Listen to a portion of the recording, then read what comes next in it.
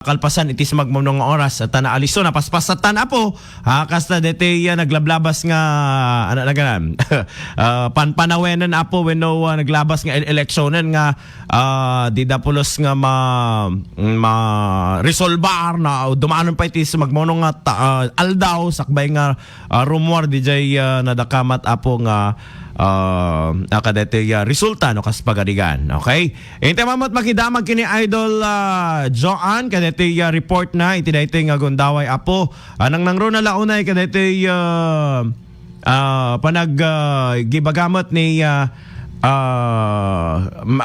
Apo Gobernador Matthew Marcos Manotok kadete napintas apong mensahe na the sun will rise again in Lawag City. Oy, talaga ha. The sun will rise again in Lawag. Kasay. At plastar na. Iti panagtultol iti programa tayo mga idol. Dingken teman dati nagkakapintas nga damdamag. Nang nangro na launay. Iti nga gundaway. Iti sabali pa nga report. Manipod kini Idol John Agustin.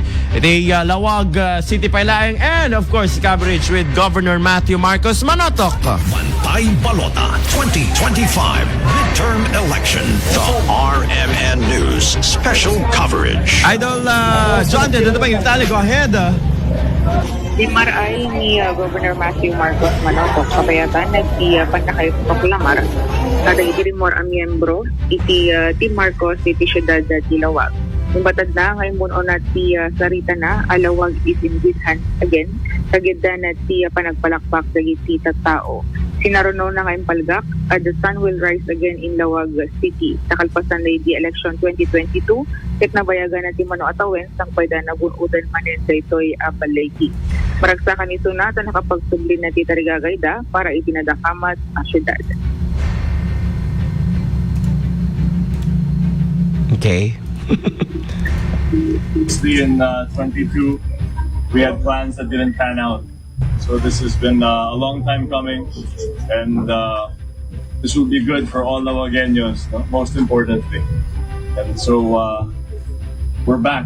The sun will shine again in Lawag.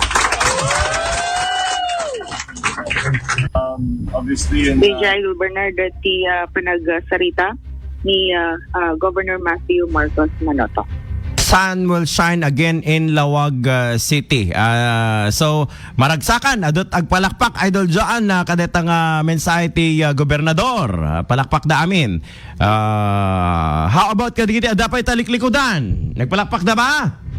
Nagpalakpak damit amin Idol Bernard. Okay. Isalusudak lang ata baka di na nagpalakpak Idol John. Well, anyway, go ahead Idol John. Dito siya Dilawag, Kalway 99.5 Bas Lawag, Idol John nag-isting sa Takor. Maraming salamat Idol Joan Itineta na nakamat a report. Di tangay Lawag City mga idol kadigitoy nga gundaway.